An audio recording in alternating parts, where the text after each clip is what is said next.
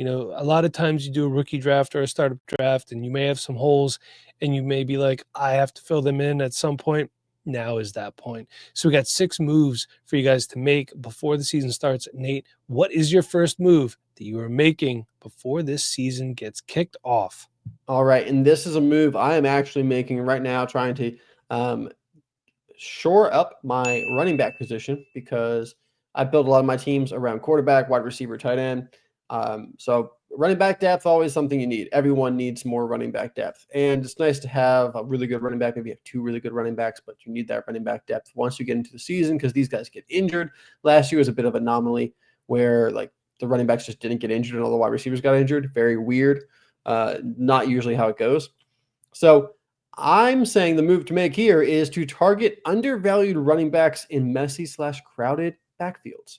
Now, I like this. there's always value here. And I came up with some targets because I was scrolling, trying to figure out, hey, who am I talking about when I say, who are these undervalued running backs? Because like everyone likes the running back. So, it's sometimes it's hard to find an undervalued running back. Some of my targets, and I'm going to start off with a homer pick here, but one I feel very good about actually going into the season. Tank Bigsby. Right now, if you're paying attention to training camp reports, Tank Bigsby is almost maybe the lead running back for the Jaguars. It sounds like ETN's getting a lot of passing work. Tank Bigsby is getting a lot of the carries. So Tootin, I don't know where he is. He's actually not practicing right now, but he's absolutely the RB3 at the moment. I like Tootin still, but I think Tootin is really someone that we're going to be looking at in 2026. This year, it's Bigsby and it's ETN, and Bigsby's going to have a large part of that offense in that backfield. And I expect that offense to be better with a healthy Trevor Lawrence, with Travis Hunter there, Brian Thomas Jr. going into his second year. So Tank Bigsby, someone I think is a little undervalued at the moment. Next up, I got Braylon Allen, who it sounds like, they have the idea over there. Aaron Glenn, is that his name? The defensive coordinator for the Lions, who's now the head coach for the Jets, has talked a lot about using 2 running backs in that backfield. So Breece Hall is not going to have a 90% backfield share this year. Braylon Allen's going to get some opportunities there. So a little undervalued there as well.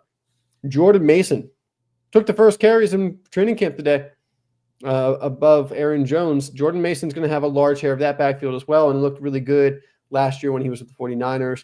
I think he's going to be someone that, not going to be a top 20 running back this year unless he has some really good touchdown luck, but someone that you're going to be able to put into your lineup whenever you need that running back to fill in for somebody else. Jalen Wright. I wasn't the biggest Jalen Wright fan, but outside of Devon Achane, who they don't want to give the ball to a lot on the ground because they want to keep him fresh for when they use him in short passes. They want to have him be efficient. They're not going to give him 200 carries, 250 carries. So Jalen Wright's going to get a lot of those carries. Don't really see much else competition in that backfield. And just like everyone said last year, which I kind of made fun of, I was like, oh, well, they used a 3rd-round pick to go trade up and get him in the 4th round. So he's kind of like a day 2 running back. I don't really believe that. But if I'm going to say, hey, this guy might be a little undervalued, I'm going to take that into account. Javonte Williams. Yeah. I don't like Javonte Williams, but I don't know what's going on with the Dallas Cowboys backfield. And if you hit on this one, then you're getting a huge value. Doesn't sound like Jaden Blue is going to be the guy. Early reports have not been super positive on him. Rashad White. I do want to say, too, let's not forget you said about Jadon Blue. Miles Sanders is there as well. Miles Sanders is there. It's true. He's taking it personal, according to him. By all means, please continue. Rashad White, someone I think a lot of people just forgot about because Bucky Irving's been so exciting, but Rashad White still put up some pretty good numbers at the end of last season when Bucky Irving was, kind of the main running back there. So I think they're going to share that backfield. Bucky Irving definitely is the guy, but Rashad White, he's in a contract year. He's going to get he's going to get some short yard situations, some touchdowns, still one of the better receiving backs. So I think someone nice to have. Ramondre Stevenson, kind of a similar story here to Rashad White, but just substitute Travion Henderson for Bucky Irving. And then one last guy I want to mention, because I'm giving you a list of 8 running backs who you can target that I think are undervalued in messy/crowded backfields. One more guy who's a rookie this year, Ja'Cory Krosky-Merritt. The camp hype for him has been just a drumbeat. And Brian Robinson's there, Austin Eckler's there. Neither one of those guys are super, super solid. Ja'Cory Krosky-Merritt, I don't feel as high on him as the rest of the guys I've already mentioned, but I did want to mention him here because the drum beat is strong. And also, our boy Zach Duarte is a big fan of his, and I think he might be onto something. So, For the record, if the first time you heard the name Ja'Cory Krosky-Merritt was in the draft cycle, that's another reason to sign up for the Patreon.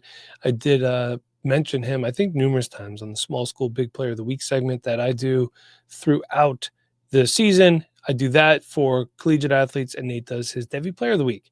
So just worth mentioning there. I like what you said.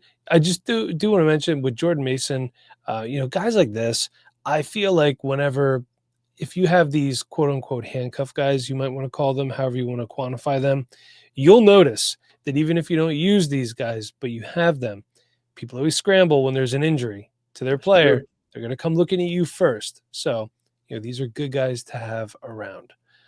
So love that, Nate. My first thing that I'm doing is I'm taking a good long look at the bottom of my roster because one of the most important things is depth. Nate, you kind of touched on that with the running back position. So this is just kind of, I guess, a more, a broader statement here. But we all think that we have a solid starting lineup. It looks great on paper. The season hasn't started yet. This is a championship team until it isn't. You know what they say. Battle plans are great until the first bullet flies past your head. Then everything's out the window. You got to flush out any waste on your bench. You do. There's going to be guys on there that you have never started or considered starting. It's time to move them out. Check out the waiver wire. If there's any hype guys in camp that, nobody has on their roster, throw some fab bucks down or just make a claim however your league does it. Definitely want to do that. Or look at other people's rosters for players that can provide you with a spot start, an injury fill-in, something like that. Another thing that I like to do is look for players that could be long-term fill-ins. We just talked our last pod, some of the tight ends, guys like Benson and Terrence Ferguson, those are guys that are going to be longer plays. Now's the time to get guys like that because despite the fact that this is Dynasty, a lot of times when you get close to the season, for some people, it feels more like redraft and they just want to win it all now. So if you can make moves that help you now and later, it's definitely something that you want to try to do. Nate, what is the next move that you're making? All right. And we mentioned training camp starting just recently. By the time this releases, we'll, be a little bit further into it. And there's going to be some people that we could add to this list I'm about to give you, but I just can't predict the future. So keep this in mind. The move here is pay attention to training camp injury news because every year players get hurt in training camp and it totally changes how we view players. It can totally change how we have an outlook for a player in their season. All of a sudden, someone's got an opportunity. All of a sudden, when someone loses an opportunity, all of a sudden there's a pickup, a trade, something. Pay attention to the injury news. Of course, you want to be quick on the waivers, but already there's some players that are sticking out based on injury news that I think are good targets. Number one, Ricky Pearsall. Does not sound, John Lynch was saying there is no timetable at all for Brandon Ayuk's knee. That does not sound good. Juwan Jennings just picked up his second calf strain of the offseason, so that's not looking really good. Ricky Pearsall actually had his own little injury that he just came back from, so maybe it's Jacob Cowing here. But if Juwan Jennings, the calf injury, those seem to continue to pop back up when you have those. And if he's already got two, or we're not even that far into the preseason, that's something to watch. Ayuk's going to be out for a while with his knee. Ricky Pearsall might be the wide receiver one there just because of attrition. Possible. So, that's someone I think is a little undervalued right now. And, you have to be quick on this because rankings are starting to change. Juwan Jennings is falling down ADP. Ricky Pearsall is starting to move up ADP. So you got to be quick on this stuff when you see this news. Another guy, Emeka Egbuka. Godwin doesn't sound like he's doing as well as we expected. He had to have a second surgery on his ankle in the offseason. So he's going to be a little bit later coming back. I think he'll probably be active week one. I don't think he's going to start on the pup or anything, but he's going to have a slow start to the season, which means Egbuka is going to be set up for immediate success, something we've been talking about all offseason on this channel, but just continuing to doubling down here. I think that, in one of the best passing attacks that we've seen over the past 2 years, the Tampa Bay Buccaneers with Baker Mayfield, Egbuka is set up for success from week one. Another two running backs I want to mention in the backfield is Nick Chubb and Woody Marks because Joe Mixon's foot keeps getting worse and worse and worse. I know. And that sucks for me. I had really high hopes from this season. Drafted him, I think, in the 5th round of my Scott Fishbowl draft, but it's D'Amico Ryans doesn't even want to talk about it anymore. Like he was put on the NFI, which is the non-football injury list, because apparently he maybe re-aggravated his injury during the offseason outside of the football team. So it could actually be like worse than it even kind of feels like. There is a lot of bad vibes coming out about Joe Mixon's foot. So I think Nick Chubb is going to have the opportunity to kind of be the RB1 for the Texans. And Woody Marks, who's a really good kind of like scat back, good in pass protection, is going to be someone that it's going to be able to take over, a lot of that receiving work out of that backfield. So those are two guys you can go get pretty cheap right now before everyone really realizes how bad Joe Mixon's foot is. And then, Mike, one more guy I want to mention is Emmanuel Wilson, who was a really good running back too for the Packers last year behind Josh Jacobs. Unfortunately, my boy Marshawn Lloyd just hurt his groin. Sounds like he's going to be out possibly the rest of the preseason. So it looks like Emmanuel Wilson's going to be RB2 there to at least start the year, someone that you can get basically for free now right now if he might even be on your waivers. Yeah, I'm going to need Marshawn Lloyd to stay healthy. Yeah, I think he's got like 5 injuries already since he's been in the NFL. It's not looking good. No. And one last thing I want to say, to help you stay on top of these injuries, I highly, highly recommend following Jeff Mueller over on Twitter. His is at JMThrivePT. And he's the doctor of physical therapy. I trust him and his injury news. I'm in a couple leagues with him. He's somebody that I'm always going to. Whenever there's something that happens, I go onto Twitter, I search his name, and I see what he has to say before anything else. If he hasn't said anything, I message him. And I'm like, hey, Jeff, tell me what you think about this. And he does. And that's where I get a lot of my injury news, a lot of my injury analysis. And I'm not the only one. He's really good at what he does. So make sure you're following JMThrivePT on Twitter, Jeff Mueller. Listen, I'll say, if you're not on Twitter, but you are in our Patreon and in the Discord, our man Caleb does a great job, always dropping, breaking news, injury stuff in there as well. I'll tell you what I got. Purge Your Roster. This is kind of similar to what I talked about before, but we need to cut off loose ends. I wanted to go into it a little bit deeper here. Like I said before, if there's players you've never started or even considered starting, you're just holding out hope year after year after year. LaMichael Pirine, come to me.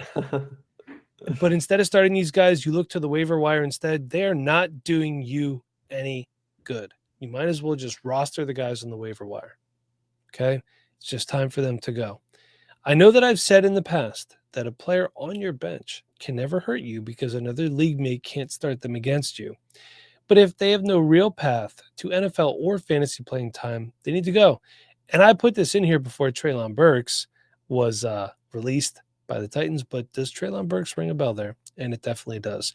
And that's one of those things too. When I say a player can't hurt you on the bench, I'm talking about a waiver wire addition halfway through the season. I don't need this guy, but you can't use him against me. Guys like that, that's what that talking point is more geared towards. So with these guys, dangle them out there. I know people say using the trade block is stupid because it just shows that you're willing to take a discount. I disagree. Putting a player on the trade block tells me you're willing to make a deal. Get draft capital if you can. Fab. Try your best before your last cut down day. Some leagues you have a final cut day, like your roster's expanding the offseason, then you have to cut down. But you may have to cut your losses at some point. So take a good look at these guys. And, if you're using Fantrax, Sleeper, whatever, you can click on these guys, look back through their stats and their history and see, if are they productive? Is it only when the guy in front of them is hurt? Is it something like a week 18 game where they're out of the playoffs or resting their starters for the playoffs? What's going on here? Are they just a best ball player or DFS player or what? So, check out some stats and just dump them. It's tough to make that decision, but you got to. Yeah, at some point you do. And sometimes I like to have a couple extra roster spots on, open so that I don't have to make a tough decision during the season when I need to make a move because guys are on bye or injured or whatever. And one other thing, if you're a commissioner, get those league fees paid to everybody. If you're a player, pay those league fees. And lastly, give us some good IR taxing spots. Don't do 2 of each. We need at least like 4 or 5. At least 4. Yeah. 10. Preferably at least 5. Nate, what is your last move to make? All right. Mike, you play to win the game. That you do. We play to win the game. It is sometimes really fun to have all the young players and have the highest value on the Dynasty Daddy fantasy portfolio and be like, oh, look at my team. I'm the Chicago Bears. I won the offseason the last 5 off seasons, but don't have a 4,000-yard passer yet on my franchise. Which is still amazing to me, by the way. It's actually incredible. It's Caleb Williams said his goal this year is to pass for 4,000 yards, which would be the first time anyone for the Chicago Bears did such a thing, which is insane. I mean, I can't say too much because the Ravens had that for a little bit, but we're not nearly the historical team that the Bears are. But you play to win the game, and with that means you have to go after some of the big name players and score lots of points that maybe aren't as valued on the dynasty scale as some of those younger players. And I have a list of 6 players here, Mike, actually 7, who are the players that you have to go get if you want to win the game. You want to win your fantasy football league. You want to come away with the jackpot because you only really need to win depending on how your league is split, 1 every 8 years to at least come even. So, but if you're not winning at all, you're just donating. You're having fun still. So, it's okay. But you want to win. You want to have that, not even just for the money, but for the bragging rights over your league mates. So, number 1 guy to go and make a move for if you want to play to win is Christian McCaffrey. I like this. It's got to be Christian McCaffrey because right now, according to Keep Trade Cut, he's RB 15. And as long as he's healthy, which I understand. If you had Christian McCaffrey last year, which luckily I didn't have much Christian McCaffrey last year, but if you had Christian McCaffrey last year, he burned you so bad because in the preseason, he was like, yeah, if we had a game tomorrow, I'd be playing. And then he barely played it all the entire season. I hate when players do that, man. It was terrible. But hey, as far as we know right now, he's healthy. He's in training camp. He's playing. And I listed out just a little bit earlier how bad that wide receiver room looks right now. So that means that CMC is going to get a lot of receiving work as well. This guy's, like I said, as long as he's healthy, he's the favorite to be the RB1. And I get it. It's a risk. But at RB15, it's a risk you can probably worth taking. Number 2, another running back who is a little bit older, but going to score you lots of fantasy points, Derrick Henry, RB18 right now. I remember 3 years ago, you could get Derrick Henry for a second-round pick because he was like 26, and we're all like, well, he's about to be done. We only have like 1 more year of Derrick Henry. So like people were getting rid of him for like an early second, a late first. And in the last 3 years, he's just continued to dominate. And then he gets signed to an extension with the Ravens this offseason. So he's going to continue to do such a thing, especially in that running situation where he's able to be the most efficient that he's ever been in his career. And that is also making it so that he's going to have a little bit longer of a career. He's a guy that works really, really hard on his body. He's going to stay healthy. So Derrick Henry is someone you got to go after if you want to win. Can I say something about Derrick Henry real quick? And everyone keeps saying he's getting older. Running back 4 last year, 2nd in the NFL in rushing. Obviously Saquon Barkley over 2,000 yards. It's kind of hard to top that, but still 1,921 yards. So he wasn't that far behind. Did you see the stat that Derrick Henry has more rushing yards in high school than he does in his entire NFL career? Guy was insane. He's also led the league in yards after contact, I think like 6 of the last 7 years. He's pushing 30. He came into the league. Yeah, he is 30 right now. But still, we're talking only 3 of his seasons were under 1,000 yards. And one of those under 1,000 yards, he only played 8 games and he had 937 yards. The guy's just incredible. He is. I know he battled some injuries a while here and there back when he was with Tennessee, like around 2020, 2021. But once the Titans, and once the Titans actually figured out the correct way to use him, like, give him the ball every play, he just turned into an unstoppable force, man. So, yeah, Derrick Henry, by all means, please. I'm going to try to find that Derrick Henry stat. All right, you find it. I want to read it to everybody because it's amazing, but please continue. I got a couple more players for you to find it. Okay. quarterback that I've loved for a long time for fantasy football is Dak Prescott.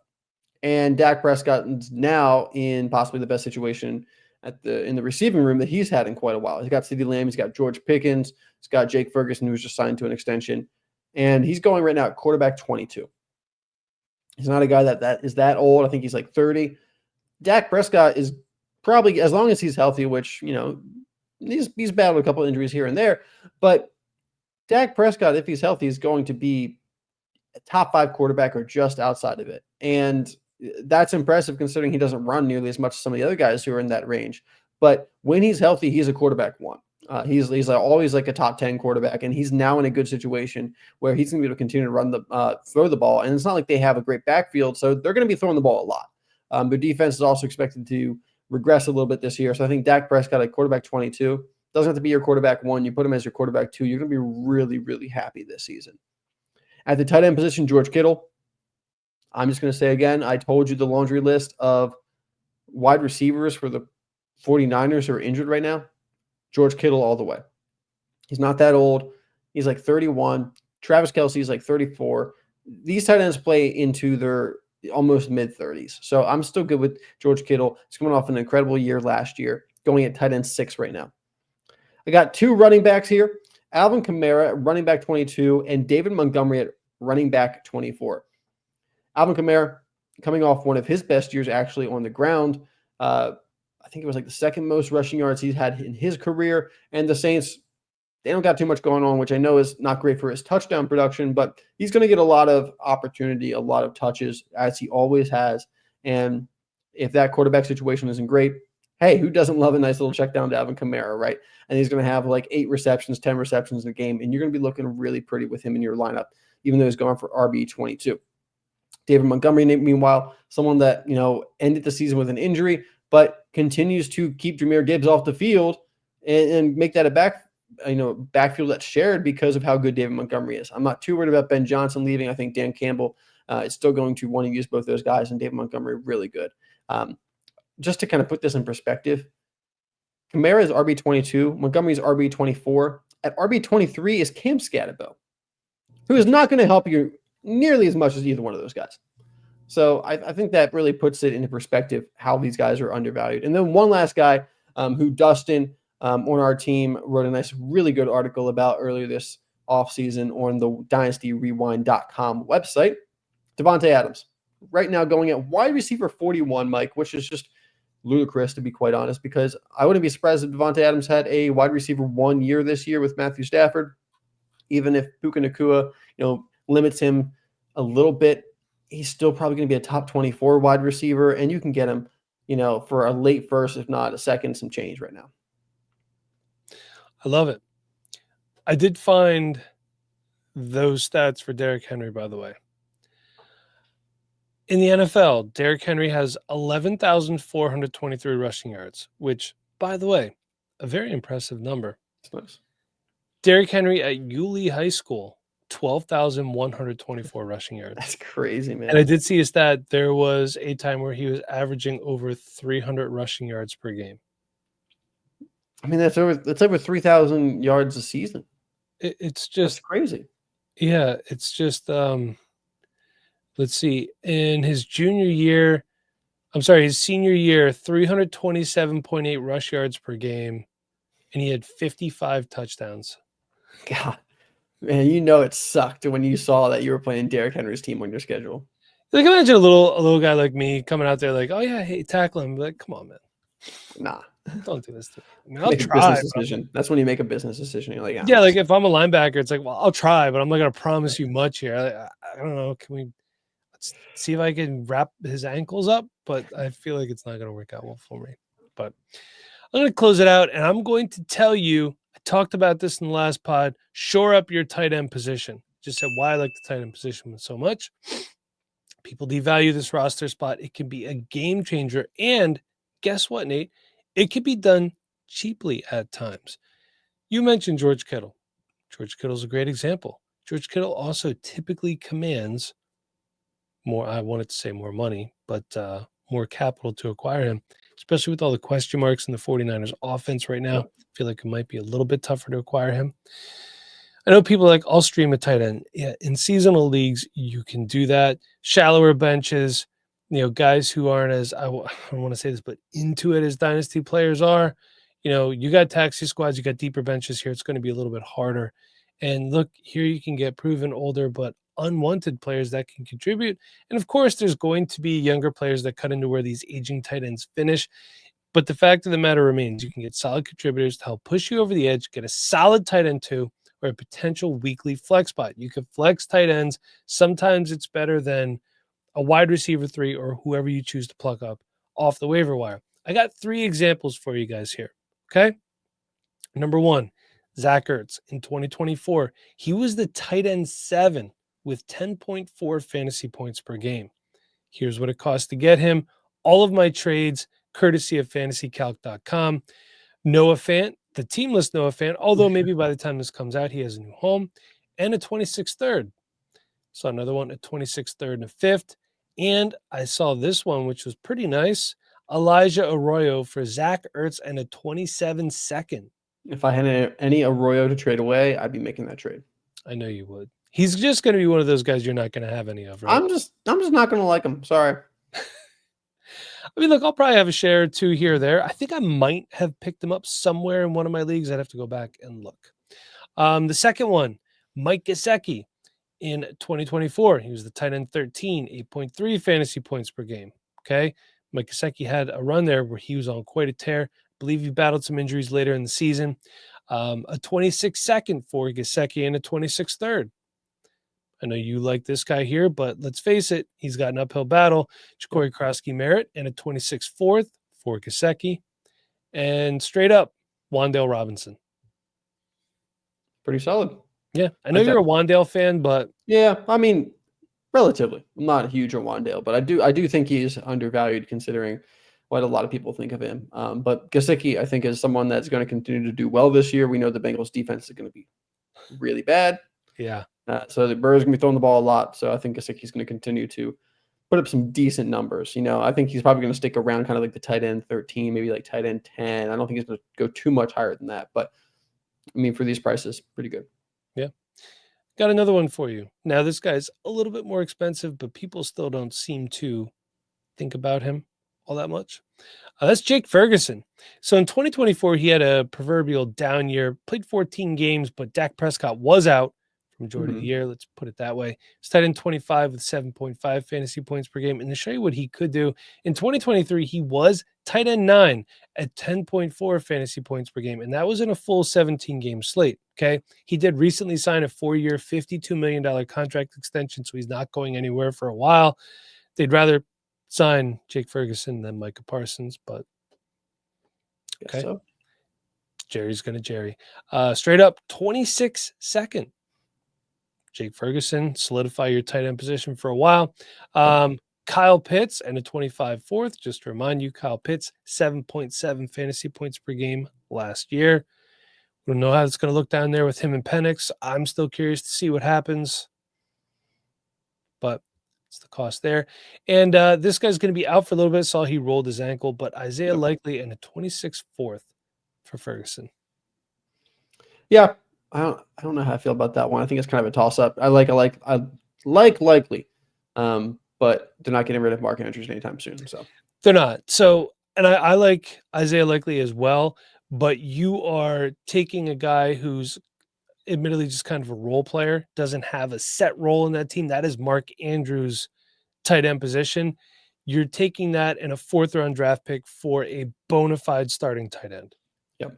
And I'm a bit more consistency on a week-to-week basis from Ferguson. Yeah, I'd like that too. But like I said, don't forget Dak was out a majority of the year last year. Yep. And him and Dak do have a good rapport. So I'm willing to make that move from a man, Jake. So that's all I got for you. Nate, come back home from Europe safely, or where are you going? Croatia. That's in the Baltics, right? Yeah, the Balkans. Hey. Geography. There you Geo something. I was not an honor student, ladies and gentlemen. But you can be by going to our store on dynastyrewind.com. After you read some articles, get yourself a nice shirt for when you go to the Baltic region of the world, and people could look at you go and say, "What's this?" And you go, "Hey man, it's the best podcast out there. If you know English, you should listen to it. Check out some articles, check out some rankings. And if you need more of us, patreon.com/Dynasty Rewind. Hit that subscribe and notification button on YouTube. And make sure you leave us a 5-star review wherever you listen. Till next time, everybody, for Nate, I'm Mike. Thank you for listening.